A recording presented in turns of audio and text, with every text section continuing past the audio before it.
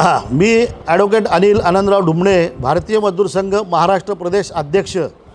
आज या ठिकाणी रत्नागिरीमध्ये प्रदेश कार्य समितीच्या बैठकीच्या निमित्ताने आम्ही आलेलो आहोत आणि या निमित्ताने ही पत्रकार परिषद। भारतीय मजदूर संघ महाराष्ट्र प्रदेशाच्या वतीने आज आम्ही या ठिकाणी आपलं नवीन लेबर कोड जे आता कालच केंद्र सरकारने जाहीर केलेले आहेत, जे 2019-2020 मध्ये संसदेमध्ये पारित झालेले होते, ते लागू करण्याची घोषणा जी आहे केंद्र सरकारने केलेली असून कालपासून नवीन नोटिफिकेशन देखील त्यांनी जारी केलेलं आहे। त्यामध्ये 4 वेतन कोड जे आहेत, त्याच्यामध्ये लेबर कोड, वेज कोड, त्याच्यानंतर सोशल सिक्युरिटी कोड, या कोडचं जे आहे भारतीय मजदूर संघाने आधीच स्वागत केलेलं होतं आणि ते लवकरात लवकर लागू करावे अशी भारतीय मजदूर संघाने भूमिका वारंवार घेतलेली होती। आणि हे दोन्ही लेबर कोड जे आहेत ते लागू केल्यामुळे सामान्य कामगारांना त्याचा चांगला फायदा होणार आहे आणि त्यामुळे आम्ही सरकारच्या या निर्णयाचं अभिनंदन करतो आणि याचं स्वागत देखील आम्ही करतो। वेज कोडमुळे देशातला जो एक जरी कामगार असेल एखाद्या उद्योगात काम करणारा, तर त्याला या ठिकाणी किमान वेतनाची हमी मिळणार आहे। त्याचबरोबर नॅशनल फ्लोअर मिनिमम वेजेस या कोडमुळे निर्माण होणार आहे। त्याचबरोबर कामगारांना आत्तापर्यंत जर वेतन मिळालं नाही तर ते वेतन मिळालं नाही ही सिद्ध करण्याची जबाबदारी कामगारांची होती, ती आता मालकांवर टाकण्यात आलेली आहे। त्याचबरोबर कॉन्ट्रॅक्टर असू द्या किंवा सहकॉन्ट्रॅक्टर असू द्या, मालक असू द्या, सगळ्यांना या ठिकाणी जबाबदार धरण्याचं काम जे आहे हे या ठिकाणी नवीन कायद्यामुळे होणार आहे। त्यामुळे कामगारांना त्याची किमान वेतनाची हमी मिळणार आहे आणि वेळेवर वेतन मिळेल याची देखील हमी या ठिकाणी मिळणार आहे। त्याचबरोबर आत्तापर्यंत जे काही किमान वेतन मागण्यासाठी 6 महिन्याचा अधिकार होता, तो आता जवळपास 3 वर्षापर्यंत त्यांनी त्या ठिकाणी वाढवलेला आहे आणि या सगळ्या गोष्टीमुळे सरकारला या कामगारांना देशभरातल्या किमान वेतनाची एक चांगली हमी या ठिकाणी मिळणार आहे आणि त्यामुळे याचं आम्ही या ठिकाणी स्वागत केलेलं आहे। त्याचबरोबर बोनस कायद्यामध्ये देखील या ठिकाणी चांगले बदल सरकारने या निमित्ताने केलेले आहेत आणि या 4 कायद्यांच्यामुळे आता जो सोशल सिक्युरिटी कोड आहे त्याचा देखील खूप चांगला उपयोग आणि लाभ जो आहे हा असंघटित क्षेत्रातल्या कामगारांना होणार आहे। आज ESI असू द्या, EPF असू द्या, याच्यामध्ये असणारे जे काही थ्रीशोल्ड लिमिट होतं, या लिमिटमुळे या कामगारांना त्याचा लाभ होत नव्हता। किमान वेतन कायद्यामध्ये असणारं शेड्यूल एम्प्लॉयमेंटची जी तरतूद होती, त्यामुळे शेड्यूलच्या एम्प्लॉयमेंटच्या बाहेर असणाऱ्या कामगारांना त्याचा लाभ होत नव्हता।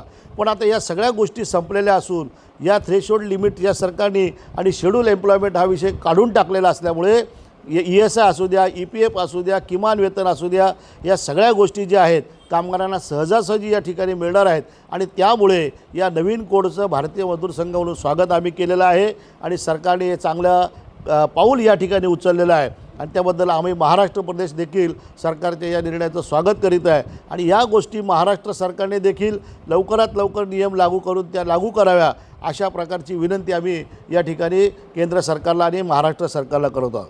उर्वरित जे 2 कोड आहे त्यामध्ये देखील अनेक चांगल्या गोष्टी आहेत, पण काही हरकतीचे मुद्दे देखील भारतीय मजदूर संघाचे आहे। एक आहे इंडस्ट्रियल रिलेशन कोड। या कोडमध्ये कामगार कायदे, कारखाना बंद करण्याचा विषय असू द्या, ले ऑफचा विषय असू द्या, रिट्रेंचमेंटचा विषय असू द्या, यासाठी 300ची लिमिट सरकारने केलेली आहे, ती या ठिकाणी कामगारांवर खूप अन्याय करणारी आहे। त्याचबरोबर स्टँडिंग ऑर्डरसाठी 300 कामगारांची लिमिट सरकारने केलेली, जी आता फक्त 50 आहे, ती देखील कामगारांवर अन्याय करणारी आहे आणि त्यामुळे हे बदललं पाहिजे। नवीन कामगार कायद्यामध्ये आत्ता जी परिस्थिती आहे त्याच्यामध्ये ट्रेड युनियन मध्ये जे सरकारने काही बदल केलेले, ट्रेड युनियन ॲक्टमध्ये महत्त्वाचा बदल असा आहे की आउटसाइडर पदाधिकारी जे आहे त्यांना या ठिकाणी युनियनमध्ये घेण्यासाठी सरकारने रिस्ट्रिक्शन टाकलेले आहेत। त्याचबरोबर संप अधिकार जे आहेत त्याच्यावर देखील काही निर्बंध आणलेले आहे। या सर्व गोष्टी ज्या आहेत या सर्व गोष्टी कामगारांच्या हिताला बाधा आणणाऱ्या आहेत। त्यामुळे अनेक तरतुदी या IR कोडमध्ये देखील चांगल्या आहेत, त्याचं आम्ही स्वागत करत असताना ह्या ज्या तरतुदी आहेत अशा 12 प्रकारच्या मागण्या आम्ही या IR कोडच्या संबंधामध्ये सरकारला दिलेल्या आहेत आणि त्याच्यामध्ये सरकारने बदल केले पाहिजे अशी आमची या ठिकाणी केंद्र सरकारला आम्ही मागणी केलेली आहे। त्याचबरोबर OSH कोड जो आहे या कोडमध्ये देखील अनेक गोष्टी अशा आहे की त्या कामगार हिताच्या नाही आहेत। एक आहे की त्यामध्ये कॉन्ट्रॅक्ट लेबरचा जो महत्त्वाचा विषय आहे, कॉन्ट्रॅक्ट लेबरची परिस्थिती आजही अत्यंत वाईट आहे आणि नवीन लेबर कोड झाल्यानंतर देखील फार सुधारेल अशा प्रकारची परिस्थिती आहे असं मला वाटत नाही। एक फिक्स टर्म एम्प्लॉयमेंट नावाचा नवीन प्रकार सरकारने आणलेला आहे। या फिक्स टर्म एम्प्लॉयमेंटचे देखील दीर्घकालीन परिणाम जे आहे हे आपल्या कामगार जगतावर होणार आहे आणि त्यामुळे त्याला आमचा विरोध आहे। कामगारांच्या सुरक्षेसंबंधातले काही विषय आहेत की त्यामध्ये देखील रिलॅक्सेशन जे आहे सरकारने या कायद्याच्यामध्ये आणलेलं आहे, त्याला देखील भारतीय मजदूर संघाचा विरोध आहे। पण अनेक चांगल्या गोष्टी आहेत आणि काही वाईट आहे, यासाठी सगळ्याचं सगळं थांबवून ठेवणं हे काही आम्हाला संयुक्तिक वाटलेलं नाही। त्यामुळे आम्ही काल या ठिकाणी कामगार मंत्री जे आहेत, केंद्रीय कामगार मंत्री श्री मनसुखभाई मंडवियाजी यांची आमच्या शिष्टमंडळाने भेट घेतली। आमचे केंद्रीय पदाधिकारी त्यांना भेटले आणि त्यांना विनंती केलेली आहे की आपण हे तातडीने हे 2 कोड लागू करावेत आणि बाकीचे कोड लागू करत असताना या ज्या हरकती भारतीय मजदूर संघाने घेतलेल्या आहेत त्या तुम्ही रिन्यू केल्या पाहिजे। हे जे काही कोड लागू करत असताना या ज्या हरकती आहेत, या हरकती आगामी जे येणारं पार्लमेंटचं अधिवेशन आहे, या अधिवेशनामध्ये या संबंधित कायद्यामध्ये आवश्यक ते बदल करून तुम्ही तातडीने ते देखील त्याच्यामध्ये कामगारांच्यावर होणारा अन्याय हा दूर केला पाहिजे, अशी मागणी जी आहे ती भारतीय मजदूर संघाने त्या ठिकाणी केलेली आहे। आम्हाला केंद्रीय कामगार मंत्र्यांनी तशा प्रकारचं आश्वासन देखील या ठिकाणी दिलेलं आहे की भारतीय मजदूर संघाने ज्या हरकती घेतलेल्या आहेत त्या हरकतींचा विचार आम्ही नक्की करणार आहोत आणि येणाऱ्या संसदीय अधिवेशनामध्ये त्यामध्ये निश्चित बदल करून या गोष्टी आम्ही दूर करण्याचा प्रयत्न करू, अशा प्रकारचं आश्वासन आम्हाला या ठिकाणी दिलेलं आहे। त्यामुळे त्याच्यावर आम्ही विश्वास ठेवलेला आहे। प्रधानमंत्र्यांनी देखील आम्हाला तशा प्रकारचं आश्वासन दिल्याचं या ठिकाणी आमच्या कामगार मंत्र्यांनी आम्हाला त्या ठिकाणी सांगितलेलं होतं की भारतीय मजदूर संघाच्या हरकती ज्या आहेत त्या तुम्ही निश्चित लक्षात घेऊन त्यात योग्य ते बदल करा, अशा सूचना दिल्याचं त्यांनी आम्हाला सांगितलेलं आहे।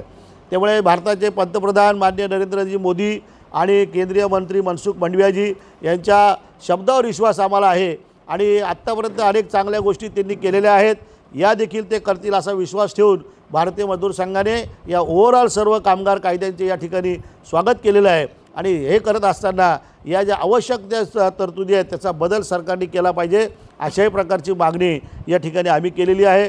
महाराष्ट्रामध्ये देखील या विषयाचे चांगले परिणाम होतील। असंघटित क्षेत्र जे खूप मोठ्या प्रमाणावर आहे की ज्याच्यामध्ये खूप मोठ्या संख्येने जवळपास 1.5 ते 2 कोटी कामगार महाराष्ट्रामध्ये काम करतात, यांना सामाजिक सुरक्षा याच्यासाठी मिळेल, यासाठी सरकारने लवकरात लवकर पावलं उचलावी, अशाही प्रकारची भूमिका आमची या सगळ्या ठिकाणी या निमित्ताने आहे।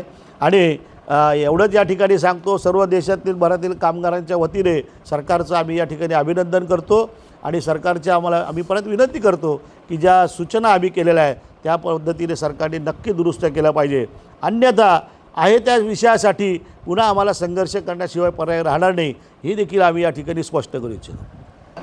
हां, आमची भूमिका हीच आहे की labour code labour law reforms ही काळाची गरज होती। जवळपास 100 वर्षापूर्वीचे अनेक कायदे आहे ते कालानुरूप बदलले पाहिजे, यासाठी आम्ही अनेक संघर्ष केलेले आहेत। जवळपास गेले 40 वर्ष आम्ही या विषयासाठी पाठपुरावा करतो आहोत। 2000मध्ये नवीन सेकंड लेबर कमिशन आलं होतं, त्याच्यामध्ये देखील भारतीय मजदूर संघाने चांगली भूमिका मांडलेली होती। त्यानंतर 2002ला त्याचा रिपोर्ट आला। रिपोर्ट आल्यानंतर जे प्रोसेस सुरू झाली, या सगळ्या प्रोसेसमध्ये भारतीय मजदूर संघाने ॲक्टिव्ह पार्टिसिपेशन घेतलेलं आहे आणि नवीन कामगार कायदे हे कामगार विमुख झाले पाहिजे, जुन्या कामगार कायद्यांमधले दोष गेले पाहिजे आणि चांगले कामगार कायदे कालानुरूप कालसुसंगत हे आले पाहिजे। हे करण्यासाठी भारतीय मजदूर संघाने अनेक एफर्ट्स घेतलेले आहेत आणि हे करत असताना ज्या काही उणिवा राहिलेल्या आहेत त्या आम्ही हरकती ज्या आहेत ते केंद्र सरकारला वेळोवेळी कळवलेल्या आहेत, काल देखील कळवलेल्या आहेत आणि त्यामुळे या हरकती सरकारने मान्य केल्या पाहिजे असा आमचा आग्रह आहे आणि त्या करतील असा आम्हाला विश्वास आहे। पण जर केल्या नाही तर भारतीय मजदूर संघ ही देशातली पहिल्या क्रमांकाची कामगार संघटना आहे आणि या विषयासाठी आम्ही पुन्हा रस्त्यावर येऊन संघर्ष करणार आणि सरकारला ते करायला त्या ठिकाणी भाग पाडणार। देशव्यापी आंदोलन त्याच्यासाठी संघटित आणि असंघटित दोन्ही क्षेत्रातलं आम्ही त्या ठिकाणी उभारणार, अशा प्रकारची आमची या ठिकाणची भूमिका आहे। मर्यादा 42,000 रुपयापर्यंत वाढवा, अशा प्रकारची मागणी भारतीय मजदूर संघाने केलेली आहे। EPFची जी आहे ती देखील मर्यादा वाढवली पाहिजे, असंही भारतीय मजदूर संघाची भूमिका आहे। EPS पेन्शन जी आहे ती केवळ आता 1,000 रुपये मिनिमम आहे, ती 7,500 रुपये करावी आणि त्यासाठी आवश्यक ती तरतूद जी आहे ती केंद्र सरकारने अर्थसंकल्पामध्ये करावी, अशाही प्रकारची मागणी या निवेदनामध्ये आम्ही काल पण त्या ठिकाणी दिलेली आहे। त्याचबरोबर EPFचं जे काही याला म्हणता येईल की ESIची जी लिमिट आहे ती 42,000 करत असताना असं काही तुम्ही करा की जेणेकरून त्याच्या पुढे जरी कामगार गेले तरी 42,000पर्यंतची वर्गणी भरून ते त्याच्यामध्ये सभासद राहू शकतील, अशा प्रकारची भूमिका आपण त्या ठिकाणी मांडलेली आहे। आणि सरकार आम्हाला असं वाटते की करेल, नाही केलं तर आम्ही डिसेंबरमध्ये या विषयासाठी देशभर आंदोलन करणार आहोत। 18 डिसेंबरला पूर्ण महाराष्ट्रामध्ये आणि पूर्ण देशामध्ये EPS 95, ESI आणि बोनस या विषयासाठी आम्ही देशभर संघर्ष आंदोलन करण्याचा निर्णय या ठिकाणी घेतलेला आहे। आणि त्यानंतर देखील आमचा एक राज्यव्यापी मोर्चा आम्ही मार्चमध्ये या ठिकाणी येणाऱ्या अर्थसंकल्पीय अधिवेशनावर काढायचा, यासाठी देखील आज आमच्या कार्यसमितीमध्ये चर्चा करून आम्ही निर्णय करतो आहोत। टाइम्स डिजिटलला लाईक करा, शेअर करा, सबस्क्राईब करा आणि बेल आयकॉन दाबायला विसरू नका। Times digital.